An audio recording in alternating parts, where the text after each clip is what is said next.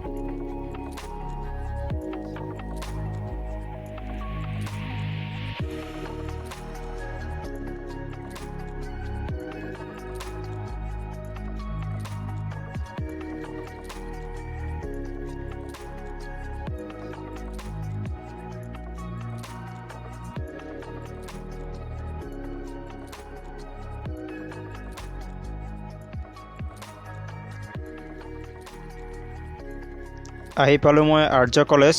এতিয়া ইয়াতে ৰখি আছোঁ। যিজনে অৰ্ডাৰ দিছিল সেই মানুহজনক ৰখি আছোঁ মই ফোন কৰিছিলোঁ অলপ আগত। তেওঁ কৈছে যে মানুহ এজনক পঠিয়াই আছোঁ আৰু এই মানুহজনে ৰিচিভ কৰিব।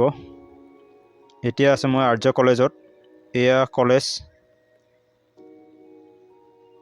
ইয়াতে ৰখি আছোঁ মই কলেজৰ বাউণ্ডাৰীত।